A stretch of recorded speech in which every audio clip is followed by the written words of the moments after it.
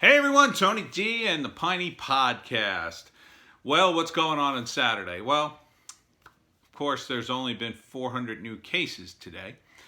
As we all know, since state workers don't work on the weekends, neither does the virus. So, I don't know what Murphy's getting all upset about. No, it probably has gone down below 1,000, but who knows? Who knows? Because this virus is so important, your business has to suffer, but not important enough that state workers have to work weekends. See, that's where we are. We're just in that window. See, you lose your business, but state workers still get the day off. Yeah. So nothing much has changed other than the media is saying that everybody's being good down the shore. Oh yeah. I'm sure people are really adhering to all those social distancing guidelines without fail, and I'm sure it's just going to be a wonderful day.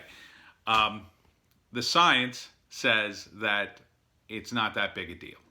Okay, first off, let's be honest. If you're going to the beach, are you right on top of people? Not usually. 6 feet is about how far apart you're going to be anyway in terms of your blanket setup. You know what I mean? You're not going to be 2 feet away. You're going to be at least 4 feet, 6 feet away. So I don't think that's a big deal. Secondly, as we've said, as was already announced in the Trump press briefings, the studies show, and this is the U.S. government studies, that on surfaces, the virus dies under sun in temperatures above about the mid-70s within seconds. So, and that vitamin D may play an important role in this. And on top of all that, another virologist or doctor in an article I read was talking about how incredibly light the droplets are that contain the virus. So light, in fact, that unless somebody sneezes like right in your face, what happens is they do go out into the air, but the wind around you as you move, even inside, like in a supermarket, is to the point like it won't land on your clothes. You'll like move through it, and the wind of you just moving will cause the droplets to just blow around. And this is a million times more true at the shore, where you're going to get a nice ocean breeze and everything's going to be blowing around.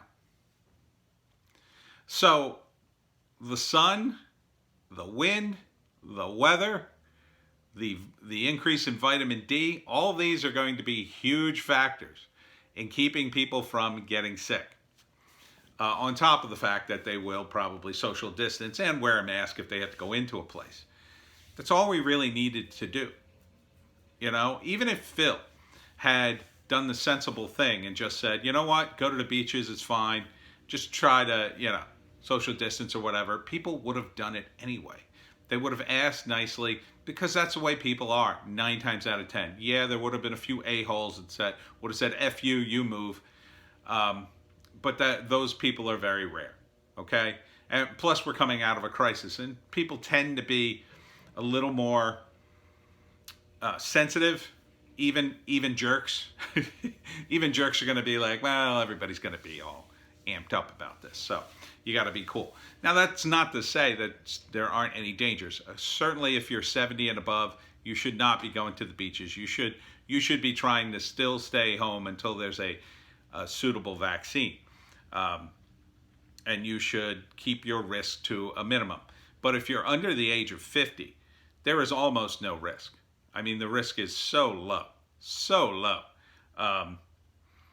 I'm right in sort of the middle category. The risk is slightly elevated for me being in my mid-50s, but, that risk is about maybe 1%, maybe slightly over.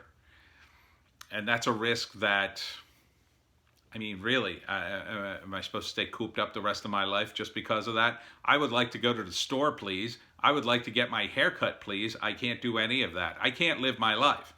I've got birthdays coming up. I got to buy a birthday gift. I don't know how I'm going to do that. I guess I'm going to have to order online.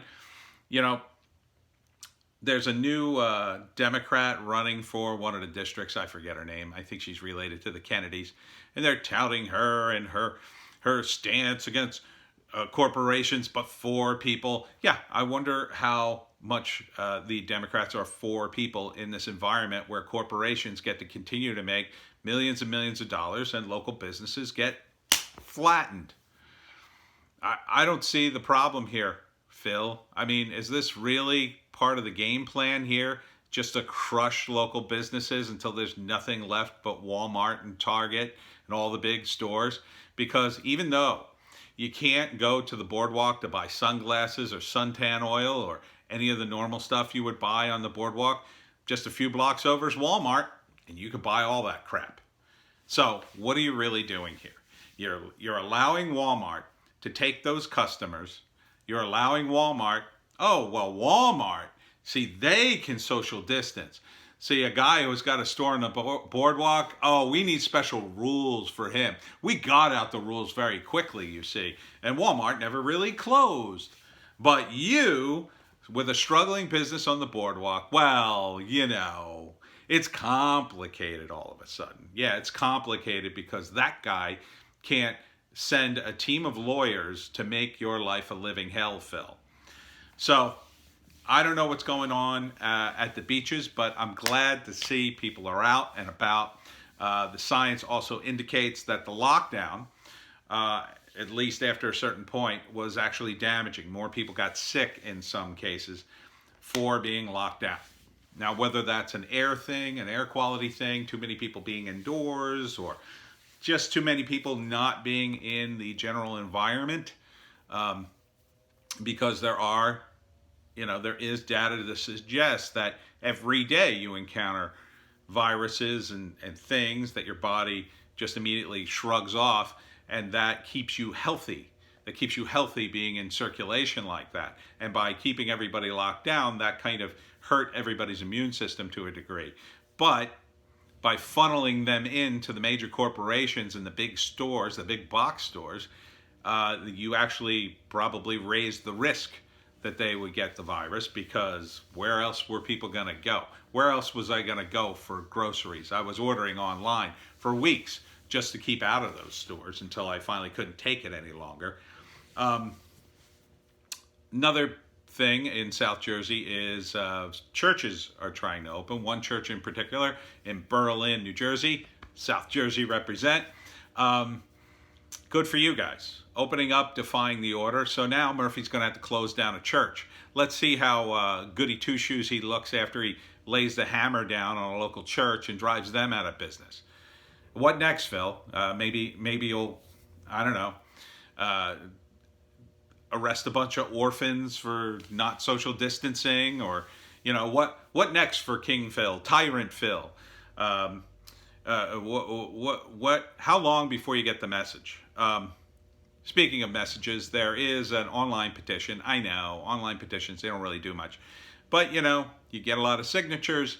It's sometimes the media will pick it up and start making some noise. And that would definitely put pressure on Phil to speed things along, even though he's totally dragging his feet and he thinks he could do these halfway measures.